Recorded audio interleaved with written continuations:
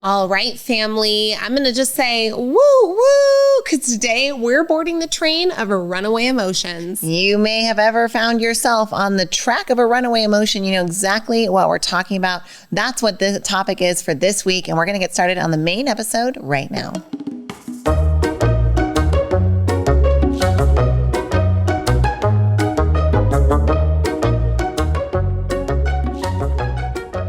Now, you might have heard that train whistle, woo, woo, and you may have said, what are you guys talking about? What is a runaway emotion? Today, we want to address emotions that all of us feel that end up on the negative spectrum. We want to just put up front, this is not a replacement for therapy. This is not about diagnosing yourself. If you have a clinically diagnosed mental illness, then we encourage you to continue on with the help that you seek and the care that you get. But today, because so many of us in today's modern world have a lot of stressors and a lot that comes at us, we can tend to find people pushing play on patterns of behavior and emotional thinking that aren't constructive, that are negative, and that can carry them and their fulfillment and their happiness away with them. Now, a few runaway emotions that might be familiar to you are the emotions of depression, the emotion of anxiety, the emotion of anger. These are emotions that can come in and hijack your experience. They can hijack your focus, your attention, your awareness, and take everything that you are and everything that you've got and give it all to the runaway emotion. Right? You ever been having like a pretty good day and then you run into somebody that you don't have the best relationship with, or that you still have beef with, or that there's weirdness or animosity, even if you just see them drive by on the street, or even if you just drive by the place you used to work with them, or the place you had coffee with them once, or the restaurant where you had that fight with them, you start to feel those physical sensations of this type of emotion, right? Your heart rate might accelerate. You might feel a little clammy. You might get shallow in your breath as your mind starts to accelerate the thoughts that are negatively influenced towards that situation. And before you know it, you've driven the entire way home and you can't remember it, and you're worked yourself into a state that was all triggered by a memory and an impression, but something nonetheless that has now carried away your happiness and your attention with it. Now, one of the hardest things about runaway emotions is if we imagine the physics of a locomotive in motion, we see that a train takes a little while to get up and running, right? That chugga, chugga, chugga, chugga, chugga, chugga, right? But before you know it, the train is really rocking and rolling down the path. It's going. Now, when an emotion or a train becomes a runaway train, now that means that the train's brakes no longer work. This means that the train is going to go like by hell or high water down that track. Likely it's going fast. It could be a danger to other people. But the big differentiating factor of a runaway train versus a regular train is that a runaway train is really hard to stop. It can be very difficult to get yourself to unwind from that. So maybe you drove by that place where you shared that final fight and it caused that emotional disturbance in you, and you drove home angry, but then you go home and you treat your kids in a way that you're not proud of. You treat your partner in a way that you're not proud of. You don't wash your face before you go to bed because you're just so stressed out. You overindulge yourself in social media, trying to numb the pain of the experience that you just went through. And before you know it, that runaway emotion has created so much momentum in your mind that it becomes difficult to unwind and can affect you negatively in a big way. So what we know, at least what we want to bring forward today in this framework, is from the work of Dr. Joseph McClendon III, which many of you know is the founder of the Neuroencoding Institute, a dear friend and business partner of ours, a neuropsychologist and peak performance specialist, an incredible, amazing human being who's been in this industry for 35 years, teaching neuroscience strategies to getting behavior change and to addressing things like runaway negative emotions before they completely run away. And like one of the things he loves to say is kill the monster monster while it's a baby. You don't want to deal with a giant monster. You don't want to deal with a runaway train. You want to be able to kill the baby monster. You want to be able to stop the train while you still have access to the brakes. And so knowing that we want to be able to do that means that having the ability to identify what's happening is going to be really important for us, because once we identify, then we could diagnose, not in a clinical way, but in a personal way, what's going to be best for us. But let's first understand from this Dr. McClendon framework here, that really all of these negative emotions that can or cannot run away, depending on our intervention, are at their root a form of stress, right? Stress is anything that puts pressure on or is in any way resistant to something that we're doing. Our lives are full of stressors, and some stressors are good, but many stressors trigger negative responses for us. And so we want to understand that root cause comes from stress, at least in the framework we're talking about here today. Well, stress can really manifest in a few different ways. And because stress is unavoidable, it is something that everybody has to deal with, and some folks find themselves not able to cope with. In today's day and age, I think there's likely more mental stress than there has been on people, not physical stress or resource stress, but like this mental burden and load with our complex social structures and all of the things that are at play. But when we talk about stress, we're really breaking it down into 4 different types of stress. And this comes right from Dr. Joseph McClendon's work. He talks about stress manifesting in these 4 different ways. It can manifest in somebody as mental illness, right? That I've gotten to a breaking point, and my stress has taken me to this breaking point, and now I need clinical care in order to get better with my mental illness. It also manifests as mental health. Some people face stress and they double down. Shai, I think you and I are kind of like this. We face stress and we're like, you know what? My routine's going to get better. I'm going to dive in. I'm going to do my journaling. I'm going to drink my water. I'm going to make it happen, right? Some people channel their stress into mental health. There's also the types of stress that manifest in the form that I think are most popularly talked about in today's society. And that's the forms of anxiety and depression. Right. Kind of the evil twin siblings, I feel. They're both manifestations of stress, but they look different. So when we talk about that feeling of anxiousness, this is really that fear of impending pain or discomfort. So I'm looking to the future and I'm feeling fear about what is there. It's the uncertainty of the future that I don't want. So I'm imagining something and I'm imagining it's not going the way that I want it to. And I'm feeling that uncertainty and expecting pain to come from that. So what the feeling of anxiousness does for us is geometrically escalate. This is that runaway mechanism, the fear or pain of uncertainty. So that's what that emotion is magnifying for us, what can get the wheels on that train going faster and faster. And it can be attached to things that help you, right? Like you can be nervous, anxious about a big presentation coming up or something. How you manage that, which is what we'll get to in the next segment, the stress management system that you can do. How you manage that, it's going to depend how you interpret that stress response there. And then the physical aspect includes for anxiousness is that elevated heart rate, that blood pressure up. We've got fidgeting. We've got folks who can't seem to sit still. Yes, the brain is very active during this emotion. Now, depression, the other side of the coin, is again the same coin, but manifesting stress differently in our lives and in our bodies. So really the focus goes from the future to feelings of hopelessness about the present and often the past, and sometimes the future, but really the present and the past. And that feeling of hopelessness, when they look at the past, they look at their failures, they look at their mistakes. When we're feeling those depressive feelings, that's the thing, the type of stress response that we're observing in our bodies. Now, I want to just rewind us back to anxiety really quick, because Shai, you have a very interesting front row seat to the way that anxiety plays out, especially in the population of individuals that you serve as a university teacher. And oftentimes you find people coming up against impending pain or discomfort of speaking in front of class and actually backing down from this. Yeah, this is a really interesting trend. I've got a class of 163 students, and every single day there are 20 of them that are assigned to be the discussion leader. What that entails is that they have to come get a numbered paddle and sit in the audience and raise the paddle 3 times to contribute to the discussion questions that I put forward.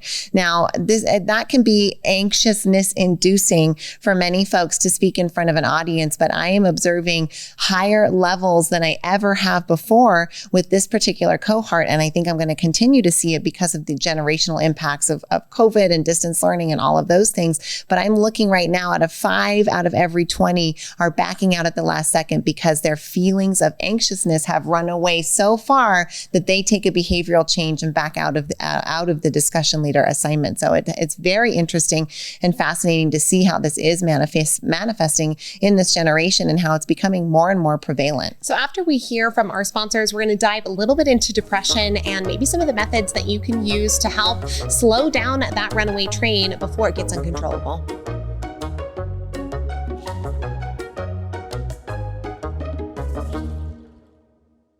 We're talking leadership this week, and one of the organizations we are so proud to be at the helm of is the Neuroencoding Institute. We got to co-found the Neuroencoding Institute alongside Dr. Joseph McClendon III, amazing world-renowned neuropsychologist and incredible mentor and teacher. If you're at all interested in learning more about what the Neuroencoding Institute does and what it can do for you, please visit neuroencoding.com. We've had some really cool access to some really cool people, and we want to share it with you. We have an amazing interview series of some of the interviews we've done with celebrities like Dr. Deborah Tillman, America's Super Nanny, Dr. Joseph McClendon III, famous neuropsychologist, former professor of UCLA. We've got Dr. Bruce Lipton, author of Beyond Belief, and we even have John Maxwell, the #1 leadership expert. Your sisters want to bring you into the room with our most exclusive access. So go to kayandshi.com. Right there on the homepage, you will see a button that says Get My Celebrity Interview Series, and we would love to share our access with you. KAYANDSHI.com. We'll see you over there. You're enjoying this episode on Angel Phoenix Productions Podcast Network. To explore a complete lineup of quality programs and media production services, head on over to angelphoenix.com or like our Facebook page at facebook.com/Angel Phoenix Productions.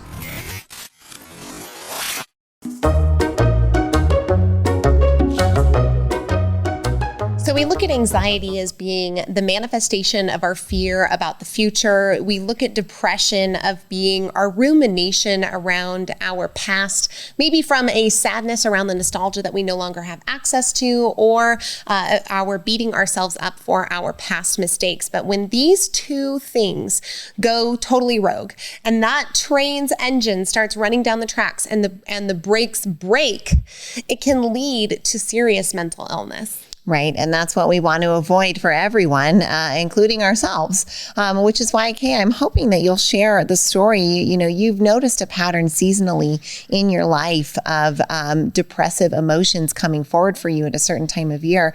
And that in the past, that has been a runaway emotional train for you that's taken you off the rails, even through the end of the year. You started to feel that come on this year. I'm hoping you'll share a little bit about that story. Yeah. So I have noticed over my life that come the turning of the season, especially around fall and occasionally at the turning of the season around spring, that I tend to have some depressive emotions come forward.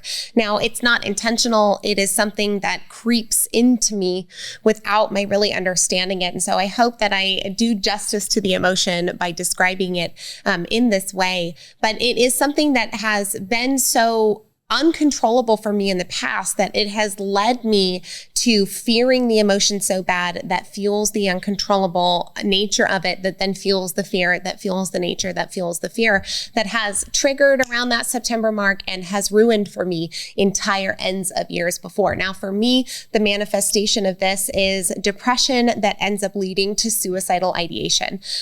It's not a comfortable thing. I don't do it consciously, but it's that feeling of, things are hopeless. They're never going to get better. You've always had struggle. What's even the point? And then that narrative really has an effect on me. And as we've grown, Shai, and I've been able to be comfortable enough to share this with you, particularly in the last 4 years, we were able to find the patterning around the seasons. And then I gained this trust tree of people where I felt safe to go to them and say, I am having those emotions. I'm feeling it. We actually named her. Her name is That Bee. You guys can fill in that bad word there, but That Bee Cindy. And when Cindy starts coming around telling me to off myself, I say, you know what, Cindy, get out of here. You are not in control of my train. I'm in control of my train. And I took my mental health this year into my hands in a really intentional way. Like I felt it early. I could feel it a couple days out and it hit me hard a few weeks ago, right at this turning of the season, often like it does. And I went right into self-care mode. I was not going to let That Bee Cindy ruin the rest of my year or make me feel unsure about my own willingness to live. I'm not going to give my power over to my emotions in that way. And so I employed every single tactic in the book. I did the stop technique. We're going to talk about that. I did my affirmations in the mirror. I journaled. I made sure I stayed hydrated. And guess what? I haven't let up on those good habits since that day because I know that this time of year can be dangerous for me. And the last thing that I'm going to do is allow those runaway emotions to run me off of a cliff in this life. I'm so proud of you. And I hope that the audience gained value from that story because it's tangible and it's real. And it's a great example of the kinds of circumstances we find ourselves in, right? Where we can catch it early once we bring that awareness to it. Something important to note around depressive feelings and depression in general is that there's something you can look for called the 3 P's of depression. Then what happens when we're feeling depressive thoughts is that we start to think whatever the situation is or the feeling is these 3 P's. It's pervasive, meaning it's everywhere. It's personal. It's about us and it's persistent. It's not going to stop and it's permanent forever. So those are the 3 P's of depression. When we think about, haven't you ever felt that hopeless feeling where you're like, I'm the reason that things are bad, right? It's never going to get any better and it impacts every area of my life. That's what that sounds like. And once you hear yourself starting to engage in the 3 P's, as Kay mentioned, you can then activate into self-care mode. So let's talk about what self-care mode looks like right now and some of those strategies that you can do. You heard Kay mention some of them, but there are even more. Well, I think that it's important to note that these tools are so important for our society, with suicide being the leading cause of death for people under the age of 24. I mean, we are in I don't want to be dire about it, but a little bit of a time of crisis where runaway emotions are running people over and running rampant in today's society. And the way out has become death itself. And that's a difficult thing to reconcile with. So we hope that you take these action items. And if you're struggling or someone else is struggling that you know of, especially with suicidal thoughts, please, as Shyla mentioned at the beginning of this episode, go get the care that you need. There is a suicide hotline that you can call. I believe that there's I think you can text now. 711. Yeah. 711 is the suicide hotline, just like 911 if you need to get to it. But if you are not at that point yet and your train isn't run away, but maybe getting there are some things that you can do. Now, first off, give yourself some time to experience the emotion. Look, the emotions of depression and anxiety are completely natural. You know how we know? Because you wouldn't have them if they weren't. We're humans. We wouldn't have the common experience if these weren't natural emotions, because we all share this common thing of being human beings. And it's something most of us at least can relate to. Right. And understanding that and just bringing that awareness and articulation around it can really help us, right? Getting into that mode of, once we understand more about it, okay, I'm going to feel like it's pervasive. I'm going to feel like it's completely personal when those things happen. And you hear that voice in your head starting to narrate things that can be trigger warnings to you, like, oh my gosh, it's always this way. Things never change. Everything is ruined, right? We have a whole teaching about using absolutes in your language and allowing words that are absolutes like always and never and everyone and no one. When you hear yourself say those words, let that be an internal alarm bell to you to pay attention to what you're saying, because chances are you are dichotomizing something that shouldn't be, and you're cutting off options for your brain to make new pathways and new solutions to those circumstances and issues. So a little bit of a side note there, but this is a great practical strategy for us to look for those absolutes in our language, to look for those ideas of, is it personal? Is it permanent? Is it pervasive? And understanding that these are all signs for us to then activate into that self-care mode, into that it's time to carve out some time to protect yourself and your mental health and sanity, and take some action in order to right your train and get back on track. Now, those are some great mental cues for understanding if your runaway emotional train is at play, but there's also some body cues that you can tune into. Now, everybody experiences emotions a little bit differently because we are all unique, and while our systems work the same, they are different. Notice. Do your best to notice where in your body the emotions generate, where in your body they sit. For me, it's like this pit in my stomach that kind of gives me this like gut punch feeling.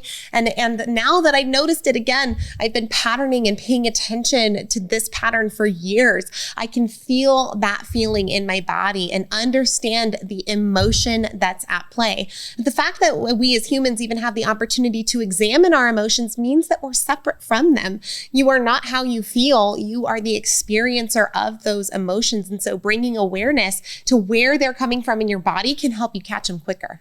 So understanding then that negative emotions start from one of these 4 areas of stress, and again, usually manifests as feelings of anxiousness or feelings of depression, but can also manifest as full-blown mental illness, especially the physical health of your brain. Like if you've had a TBI, traumatic brain injury, then you can anticipate some emotional responses coming out of that healing process and that injury. And then we also have our mental health, which is to how we feel, right? Our psychology and what we think about ourselves, the people around us and the world around us. And if that's healthy, if that mental health is positive, then that contributes to being able to put some triggers in place to stop the runaway train. It helps us put in systems. It helps us keep a strong mental health. But if our mental health is weak insofar as that what we think about ourselves, the people around us, and the world at large, then that's going to make the train go even faster down the track. So these are our 4 expressions of stress, or how they can express, but it all comes down to that stress. So understanding what is my stress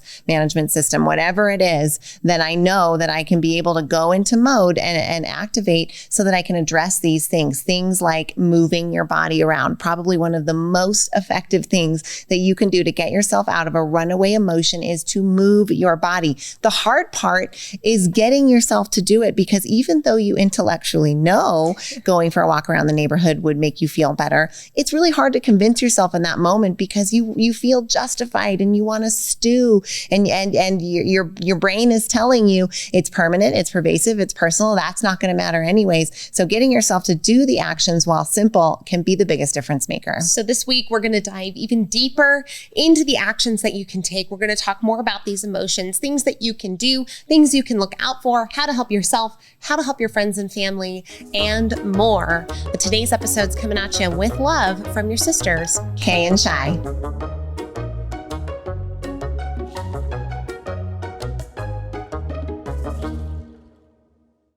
This podcast was a production of Angel Phoenix Productions.